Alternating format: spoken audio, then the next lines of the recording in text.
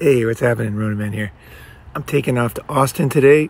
Let me give you, for you guys that don't know what's going on, let me just give you the dates real quick here. Upcoming summits, because a lot's going on. So next weekend, June 7th through 9th, we got a summit in Austin. It's going to be in downtown Austin. We have a fantastic house. Like, this is a great place.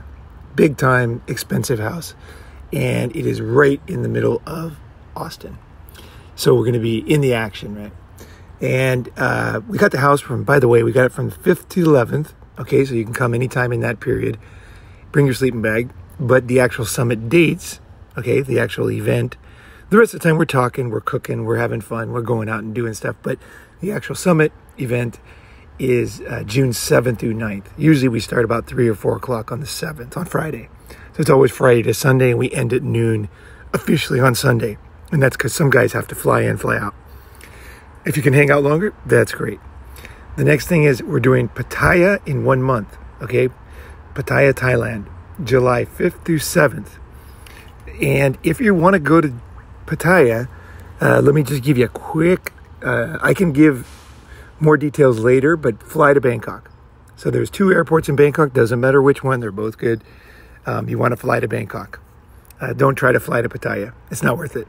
There's a bus from Bangkok to Pattaya. It leaves every 20 minutes, and it costs about $5. So no problem. And you don't even need a reservation. You just go there and sit. It takes you right to Pattaya. So Pattaya, July 5th through 7th, Thailand. Next, August 2nd through 4th in Tokyo. We're going to do a summit in Japan again. Last summer was, I don't know if you know, but it was just absolutely epic. Like, we had,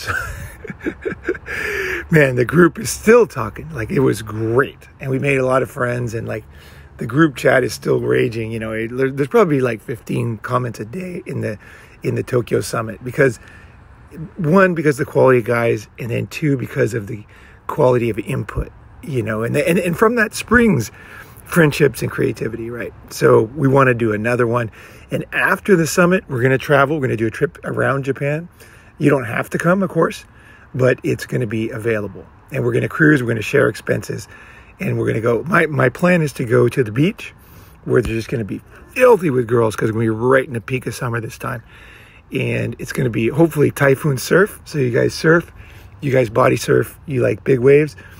It should be huge. Okay, so the summit, the summer typhoons bring in big waves. When I say big waves, they actually, there was an old video of Kelly Slater, and it was like huge. Typhoon waves in Japan, and he was there, and they said, "Aren't you going to go out?" And he's like, "What's the point?" He was so big that time. He's like, "Okay." He goes out, his board gets broken in 3 parts. Like, it's huge. Okay, now it depends on the year. Last year was fun, powerful, but it wasn't huge. But it was still like exciting, like for sure. If you like, kind of like, if you surf, or if you like the ocean, and you like when water really moves, like in backdoor or something like that, that kind of thing starts to happen in Japan during this period. So I want to hit that, and then we're going to go down south Japan to the Seto Naikai Sea, and that's the inland sea. One considered by many to be the most beautiful body of water in the entire world. And it's just the most unknown place. Nobody's going to be there. No tourists, no international tourists go. It is absolutely gorgeous. We're going to take ferries back and forth across, and we're going to hit Shikoku Island, Kyushu Island, all the way down Honshu Island. And we're going to be on some of the little islands out in the inland sea. That is going to be great. And we'll probably hit Osaka again. For guys that want to hit Kyoto, it's easy. It's a 45-minute subway ride from Osaka, so that's easy. Next is India Summit. We're going to do it. It's happening. It's October 4th through 6th. Okay, so here's the mindset. It's every month, 4 months. Okay, Austin next weekend, or I guess this weekend, or whatever, the coming up one. Pattaya a month later, 5th through 7th, July. Tokyo, 2nd through 4th, August. And then October, so 2 months for the October summit. And the India Summit is going to be, the plan is in Mumbai, that we'll do the summit in Mumbai. And then for guys that want to do a trip afterwards, the plan is to ride camels out to Pakistan, out in that area, and to go probably, it's going to depend on the group, and it's going to depend on how adventurous everybody is. I've done all of India. I bought a motorcycle and drove 4 months all over the place. So I've got a good idea, and there's a ton of cool Indian guys on the channel, actually. So once we actually get over there, there's going to be like local dudes helping out, and that's going to be, that's a great opportunity for you guys. Because when you go to India, having a friend that cares is just huge. It is just huge. India is a very special place. India is rising as an economy, and it's also a very interesting place. And for you Ronin guys that want to, you know, see the world, right? You want to know more, right? Oh, India is just going to blow your mind. It's just amazing. I mean, it's going to be hard. Okay, India is hard, okay, for you guys that don't understand. H-A-R-D. There definitely are challenges in India. You're going to have times when India where you're going to be like miserable. You know, you might, you know, who knows? Shit happens in India, okay? But I think, and just is really very different than modern people, I think that adversity is, well, let's put it this way. There's some places you can only go by going. Okay, there's no half-ass in some things. You want to go to the moon, it's not going to be the same as going to the mall. It's going to be hard, and there's going to be risks to going to the moon, right? But if you want to go to the moon, there's only one up there, you know, Earth's moon. So India is the same way. So even if you never thought of going to India, you were never interested in India before, you live in an area where there's a lot of immigrants and they're Indian, it is going to blow your mind. Especially you who live in it, like say you live in Birmingham, UK or something, and you think, oh, India, I don't want to go there, you know. Trust me, when you get there, you're going to be like, wow, this is amazing. India is a great place. I'm a huge fan of India. So we're going to do a trip around India. So those are the 4 summits coming up. So basically, boom, boom, boom, one every month, beginning of the month, and then 2 months in India. So, okay. So today's topic is the best idea wins. Now, when I want to get into this and the difference between this idea and other people's idea of how they live their lives. This is one where I didn't even realize this was my philosophy because it was so natural to me, like a fish in water. I just kind of do this on my own. And then when I started doing the events, you know, I started having summits, guys would come and I'd be, you know, talking or somebody be talking. And then somebody would interrupt with, let's just say, not a great idea. Okay, so one guy here's the concept. One guy was sharing a great idea, and somebody else said another idea that was not a great idea. And not as good an idea, okay? More blasé, more average idea. Okay, and the group just focused on the guy who just said something that was a great idea. And the other guy was kind of like upset because basically his idea is this. He's like, look, we're all here. We're all equal human beings. We all have a right to share. We all have a right to say ideas. You guys should listen to me too. Now the problem is that his ideas were not good. Okay, he was not very experienced. And so I was like, God, how do I put this? Because I respect him. I'm glad he's there. I think that someone like that really has a lot to learn. And there's a lot of great opportunities, and they could become, you know, whatever they have the capacity inside themselves to change. You know, we start from different places, but the thing is that my philosophy is the best idea wins. Okay, what that means is, it's kind of difficult to explain, but in a summit, let's do it from a summit perspective, is, here's a good one. Okay. So we were at the Venice Summit in LA, and the host, who was not a Ronin Man listener, he was a friend of somebody who was a Ronin guy, and so the first day we were all saying, what should we do? What should we do? Because it was before the summit. We were trying to decide what we should do. And we had already done a few things. And he said, well, there's a great hike right over here. And he showed us on the map. And we were all like, damn, great idea. Let's go. So we all went, and it was absolutely, it was so close to the house. It was like maybe 3 miles away. It was absolutely great idea. Like, it was so fun. It was really a blast. Like, it was the best idea, I gotta say, by far. Even better than I imagined. So we get back to the house, and now he got infected with the modern virus after that. So what he thought was, this is actually what he thought. He thought these guys are disorganized and they need someone like me to organize them. So he went and ordered what he thought was going to be a good meal, but it ended up being like, I think I paid about $40 for nothing for Iranian food, right? And basically it was cold, and it just sucked. It just totally sucked. And then the next day, and nobody was happy. We all went to sleep because, you know, it just wasn't, the food wasn't, it was after the meeting and everything. And some guys got warm food because I was speaking at the opening meeting. So, but after that, I sensed everybody wasn't happy. And then in the morning, he started kind of telling us what to do. Okay, here's what we're going to do. You guys do this, move that.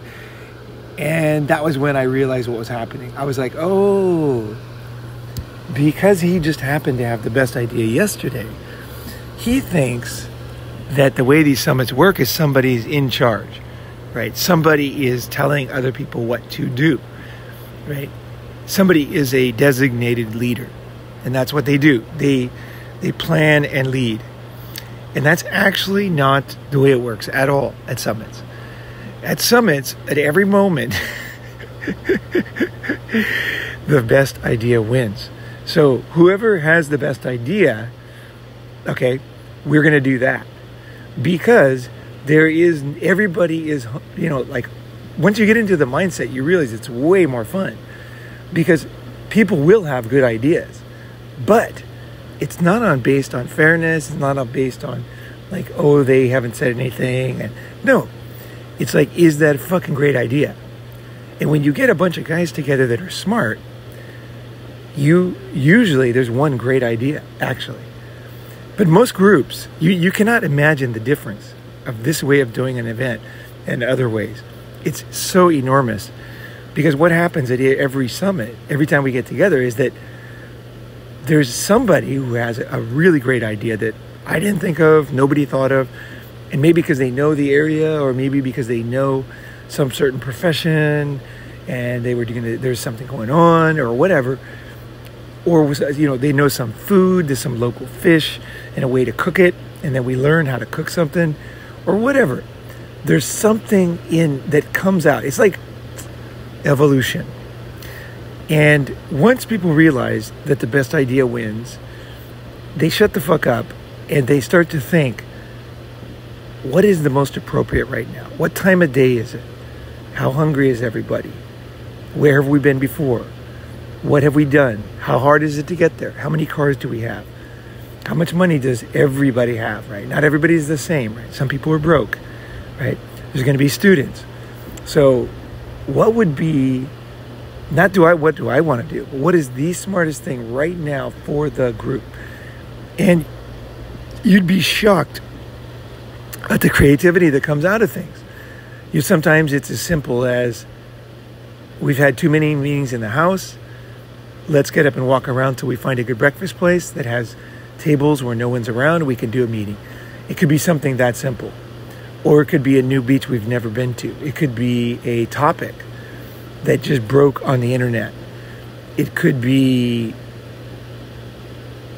any number, teaching a skill that you have that you never thought, people would be interested in. But Ronin guys are very interested in learning. So if you really know something, they might be interested. And here's the hard part, is when you pitch the idea at the summit, guys might not like it. Even if you think it's a great idea. And then they're not into it. And you'll go back into these, it's very easy to go into the pouting, nobody but you didn't have a good idea compared to everybody else, or you didn't sell it, right? One of the two. I think selling it is much less important because the Ronin guys are smart, and they might not be able to explain why, but that might not be the best idea. We might have tried it at another summit, didn't work, whatever. It just is not right. So we move on. And this discipline, this humility, this really everybody having the clocks turning in their mind, everybody thinking of what is the best, like what really is the most appropriate thing to do. And you'll realize, you get humble, you realize like, you have so many dumb ideas, like they really are pretty dumb compared to the best idea, right? The best idea is usually going to be super reasonable price, super easy, super close, super interesting, or rarely there'll be something that's worth doing something like going to India, right? Something that's worth making a sacrifice for. That's why you don't do all the stupid, just mindless trips with everybody to the lake and to the groups going here. We're all going to go to this stupid thing and this concert that you've been to before. No, you save your money so that you do have the money for those rare things that are actually worth putting in some cash. I put India and Japan definitely, and I definitely put Thailand in that category too.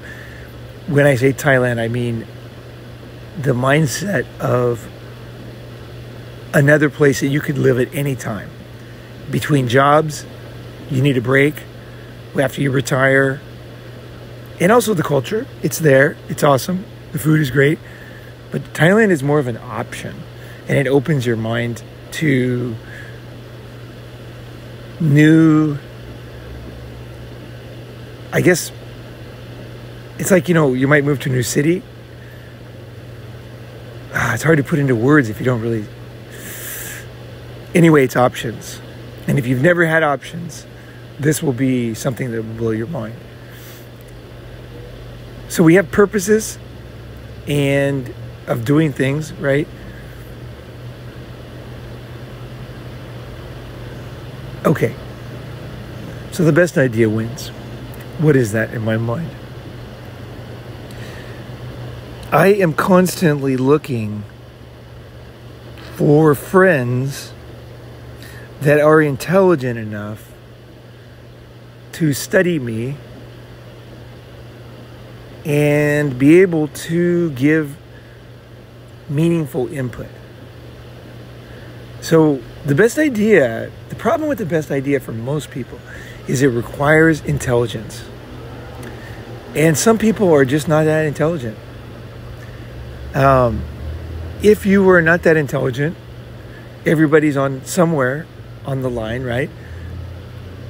Then you might not have that many great ideas to input, but you'll benefit enormously by hearing a lot of great ideas. Okay, we all have different levels of intelligence. We can't affect that. Well, we can actually, by education, studying, health. But I mean, there is somewhat of a baseline that people have something of inborn capacity, right? And also we have things like childhoods, where our parents were setting us on roads, paths.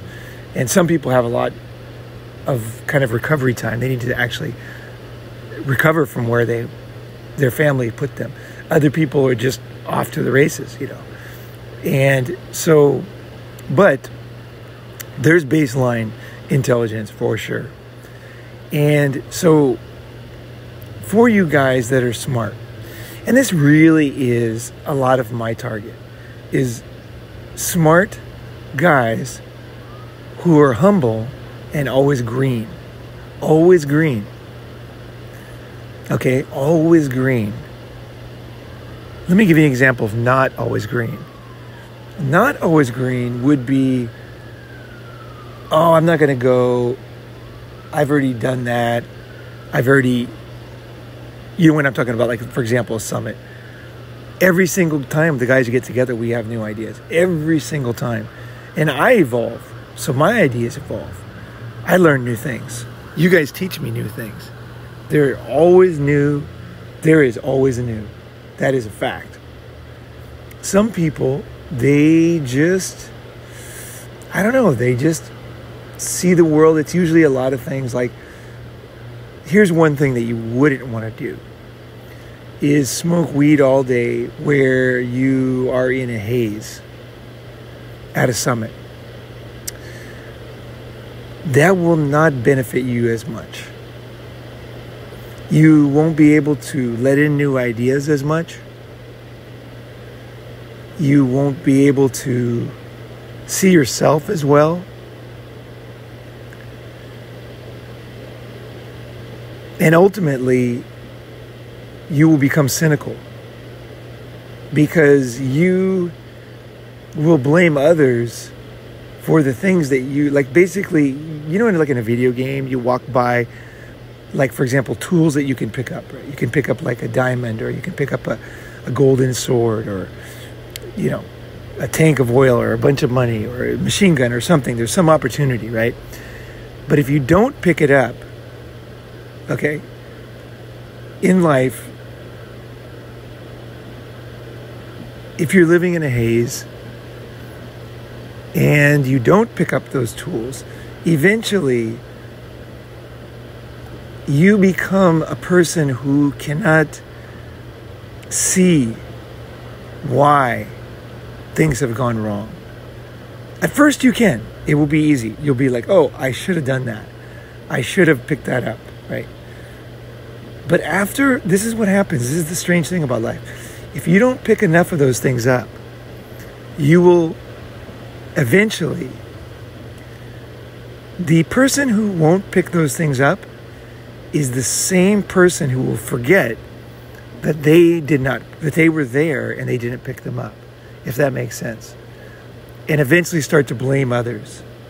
Oh, there was really no opportunity for me. It really wasn't there.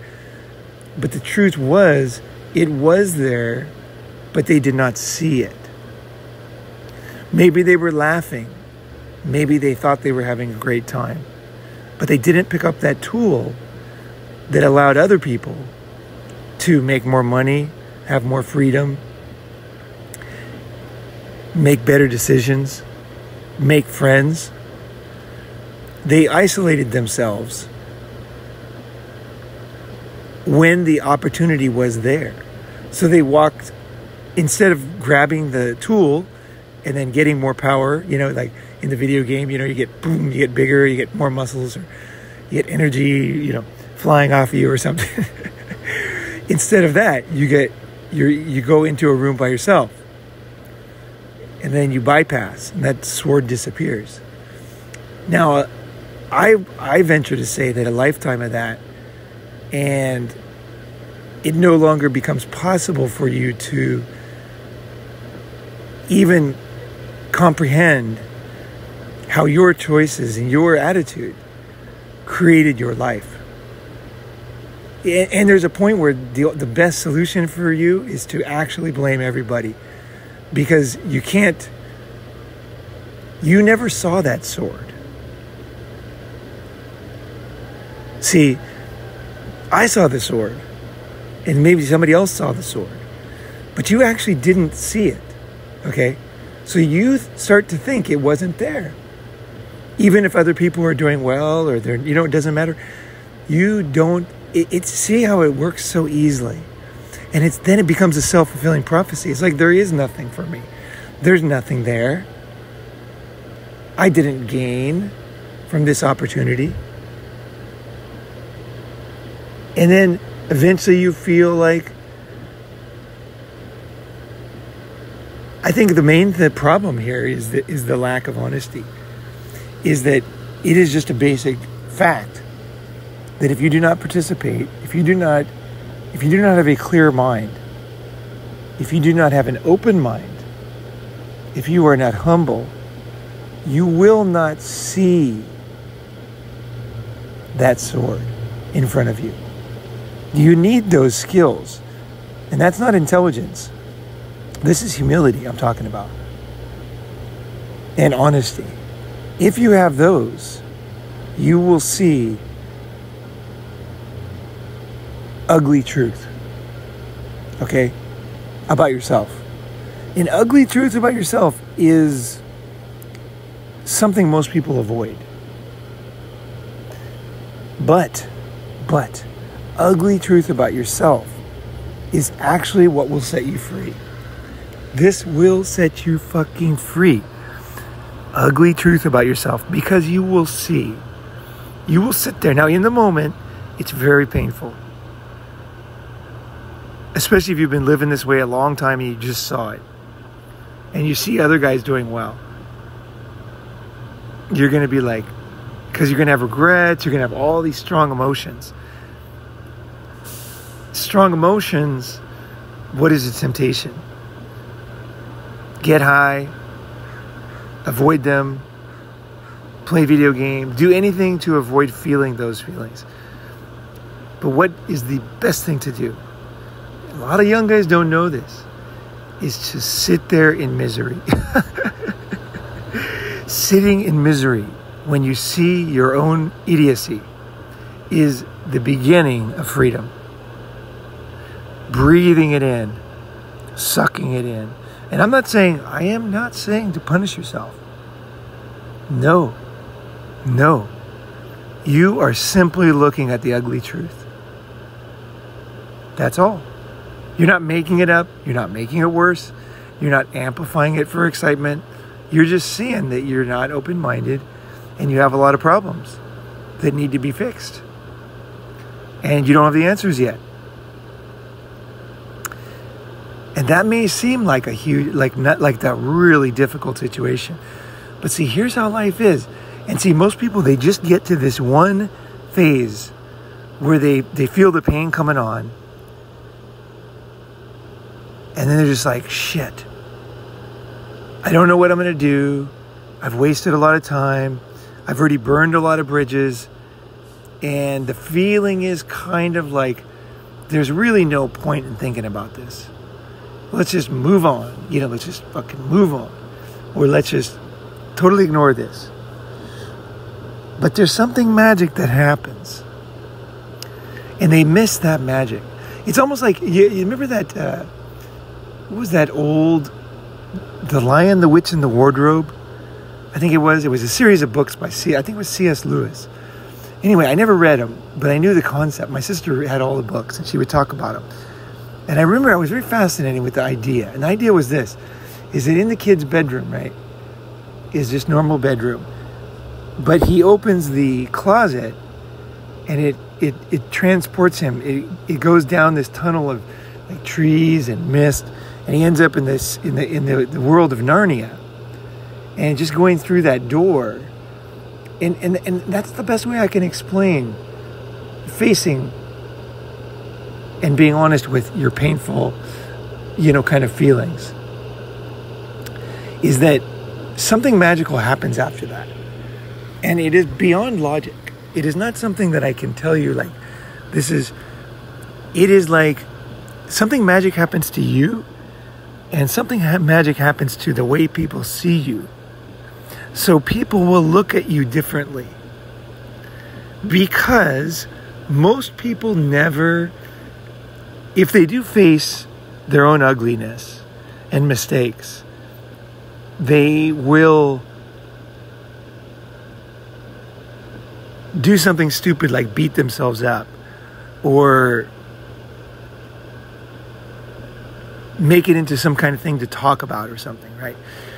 You're just sitting there in the darkness and facing that you're lazy, that you wasted opportunities, that you've burned this bridge, and that you might not know exactly what you did wrong, but you might know. Probably you don't know. Usually you don't know. That's the hard part, is you just know that you are causing these problems. It's kind of like you are the source of your problems. That's kind of the beginning of humility. And it's the beginning of the world of Narnia, in my experience. Because once you really see that, and you admit it, when you don't even know what you're going to do, you don't know how you're going to fix it. You know that you can't fix the past. You know that there's things that will be forever altered. You accept that you are now in a different place. Almost like a guy who's suddenly paralyzed. You know, one day he could climb and run and jump, and the next minute he knows he will never, ever walk again. And then some people will say, okay, I'm going to be great in a wheelchair. I'm going to go everywhere I wanted to go. I'm going to do it in a wheelchair. And they might even do something like swim, you know, with their arms. They might start working out their upper body. They might do all kinds of things, but the basic belief is like, okay, this is the new reality. I am paralyzed now. Now, what is the best idea now? See, the best idea wins. So is the best idea to get all upset and going mad forever about it, or just thinking of the drunk driver that hit you or whatever? No, it's like, no. It's very understandable to have those feelings, but is it the best moving forward? No. Probably the best thing is just think, okay, where am I now? Where am I? Who am I? What opportunities, who am I? And what is going on here? And when you realize, okay, I've been fucking up for a long time. And I fucked up this, and I fucked up that. And I didn't do that when I should have. Now it's too late. And it's just I don't know what to do. And then the people, here's the amazing thing, is there's two things that happen when you enter Narnia of honesty to yourself, is that you will suddenly realize that, one, it's actually not that bad to see yourself, because there's a part of you that always saw yourself. There's a subconscious layer of your mind. Your mind's not stupid. And your mind is like, wait, there's something, I recognize something here. You know what I mean? Like, there's something I see here. And when you accept reality, there is some sigh of relief, believe it or not.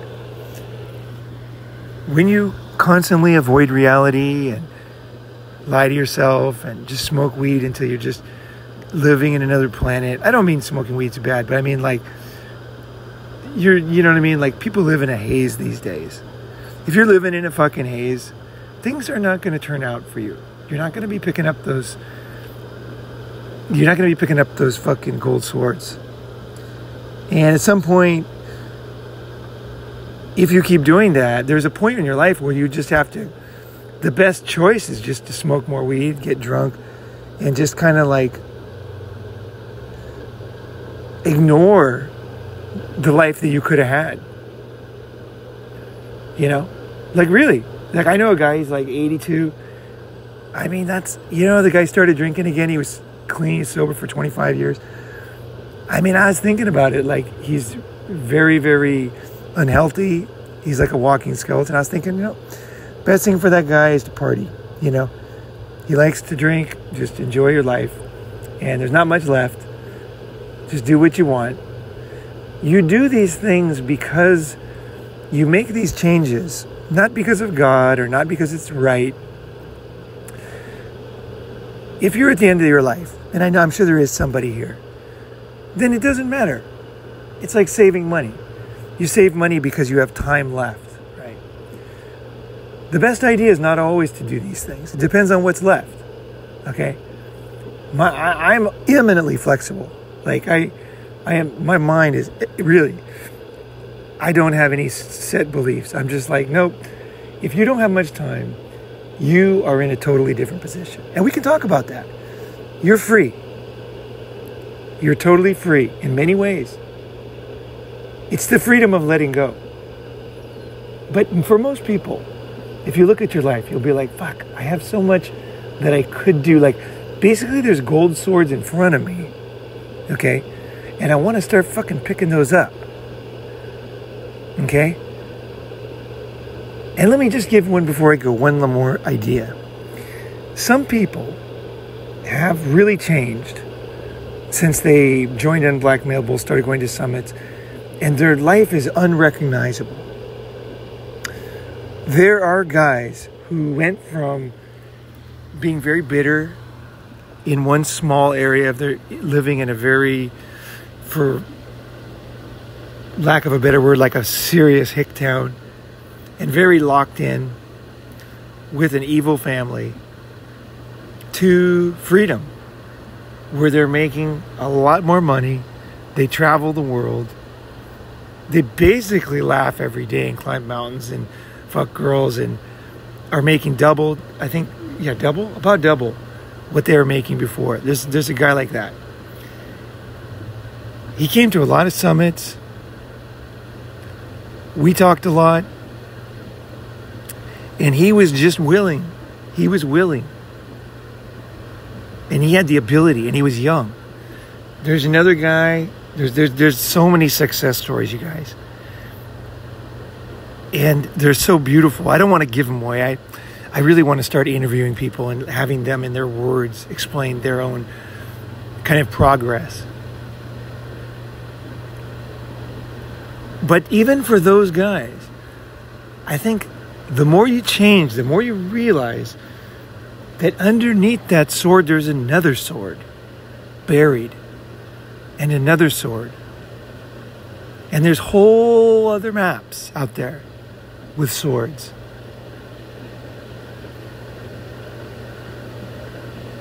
And they don't let themselves get caught in their own success, because that's one of the other, this is one of the traps too, is that you do listen, you do change, you lose the weight, you get ripped, you triple your salary, you travel, you get away from things that were holding you back, holding you down. You see new things, you learn new things, your mind explodes, your friendship group just goes from very, very small group of low quality guys to a larger, robust group of good guys. But even then, see, the danger is you say, well, I've done so well compared to everybody else financially. I must be in the best position. Like I don't have to be humble anymore. It's no longer necessary. And this is the trap. You're welcome to fall into it. I mean, you've done well, okay? You're doing great, okay? There's just no doubt about it. Your life is totally different. And you can just take that gold, that sword, however many swords you got, and you can move on and just have a much better life than you would have had. But I will tell you, and especially if you're intelligent, there is a new level. There's a new game out there. And the game is different. Okay, this game, this is a subtle one, is that you now, you lift weights, low body fat, you look great, you dress good, you're making triple money, you travel, you eat better, you feel better, you don't have to go to the doctor so much, your body's stronger, your friends are stronger, you feel better, you have more opportunities. But here's the thing. There's a level you will reach where you realize that you've done everything on the outside. Everything you can do, like you've kind of like nailed it. You're the poster boy. You're the most, what was that thing in high school we had? The most likely to succeed. You succeeded, But at some point you realize when you really succeed, like a guy like Peter Thiel, or any of the very successful guys, Elon Musk, Peter Thiel, guys who really succeeded many times, is at some point you'll realize a whole new game. And this one is very ethereal. Essentially imagine up in the stars, this one, where you no longer care what anybody thinks. In any way, you can't even hear what other people think. And you no longer care about things that are the things that you wanted as a middle class, normal person. And you will start to search out deeper and deeper meaning and people who have found the things that matter to them. They succeeded in every way they could, and they realized that it really didn't mean that much. I mean, it means a lot because it always means a lot to get your goals. It always does. You have a goal, you see a mountain, you climb it, right? You climb that mountain. But then at some point, you just say, you know what? You see another mountain. Maybe you get stock options and they go up. Your real estate goes up. Everything does great. Your friends are all kicking ass. There's a lonely point where you'll be lost again. And that's when you go on this other search. There's a totally different search. The second search. This search is for something that you want. You've done everything you need. Everything is done. And this one is very, very personal. And it helps to be around other people who have reached this level, whether they know it or not.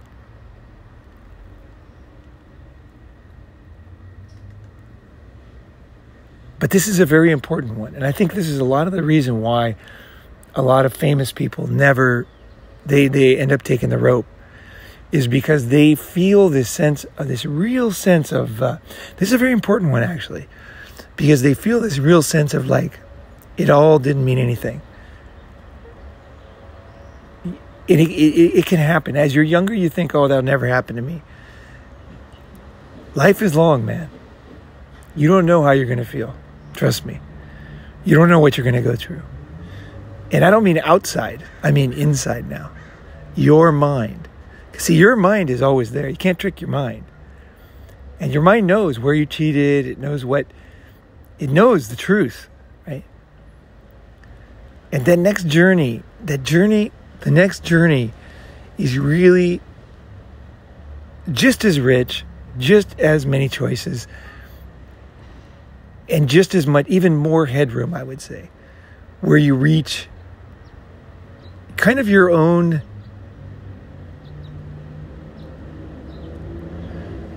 in a way to Narnia that you create. All right, I'm going to leave it at that. Everything you do, the best idea wins. Everything you eat, okay? You go to a store and you think, is this the best store to go to? Should I be eating better food? Should I be eating this? No. No, the best idea wins. I'm going to eat that. It's one day at a time. It's one moment at a time. And as you live this way, the muscles grow. The muscles grow. And at some point, you won't even recognize what you used to do, because it'll be so different than how you are now. But as you do a body check yourself, and you'll be like, wait. I have become closer to the real me. This is what I wanted back then. I just didn't, back then I just didn't see any path or really cognitively understand it. But subconsciously, I was just doing those things because my friends were doing them or whatever, they were popular, and I really didn't even really fucking like them that much, right? So let's go on this journey. This is kind of my mindset right now. I've got a lot of news I'm going to lay down at the Austin Summit. So you guys that are in America, you got no excuse. If you've wanted to go to a summit, go to Spirit Airlines website. Okay, here's one of the tricks, okay? There's 2 tricks to buying an airline ticket that I've learned from many years of traveling. The first thing is, when you log into, download the app for whatever app you're going to use. Personally, I go to Spirit Airlines when I'm in the U.S. And I just go in there, I log in, I search the town, I pick the cheapest flight that I get right away within the first 10 minutes, and I buy it. Why do I do that? Because the algorithms are very smart. So if you search, let's say, Austin, And then you go have lunch and you talk to your friends and search some more sites and come back and search a second time. Price is going to be higher because the algorithm knows you did it twice now and that you're going to buy a ticket. So what they do is they trick you with a low price on the first search in the app when you download the app. This is usually what happens. I don't know about Spirit, but most airlines, okay, especially if you're flying to Pattaya, Japan, India, Mumbai. The go with the very first. Don't shop. Get in there. Pick the websites that you think are going to have the best prices. Maybe you can shop on your friend's computer. Okay, but don't shop on the same IP address with the same phone. Use somebody else's phone. Do it at the work computer. Okay, that's fine. But when you get home, do a search, 10 minutes, find the best price, buy your ticket, and go. If you can make it, come to the Austin Summit. Somebody will pick you up or will find a way to get you somehow. Get to the Austin Summit. It's 7th through 9th next weekend. So I'm leaving today. Ken will be here in another hour or so. Maybe 2 hours. He'll be here in a couple hours. We're going to start the road trip down there. I'd love to meet you. Don't post in the fucking comments, oh, I wanted to go to the summit. This is America. You can come on Saturday. Come Saturday and Sunday if you can't make Friday. But you probably can make Friday night late. If you get a flight on Friday, take off work. You know, you're sick, you got AIDS, you know, whatever. You got to get out of work early. And then just go straight to the airport. You don't even need fucking clothes. We can buy them at the thrift store. Okay? Sleeping bag you can get at Walmart, $29 or whatever. Hey, just come. Just come. I'll be looking forward to seeing who has the fucking cojones to make this kind of extreme change. And also who listened to the end too. I'm very interested in meeting you. Whoever does this, just crazy. Like, fuck it. If you're gonna do it, just write, fuck it, I'm coming in the comment section. If you're one of these guys, if you haven't planned it, you're not in the group. All right, guys, I look forward to meeting you. All right, I'm gonna have a great trip. Hope you guys have a good day.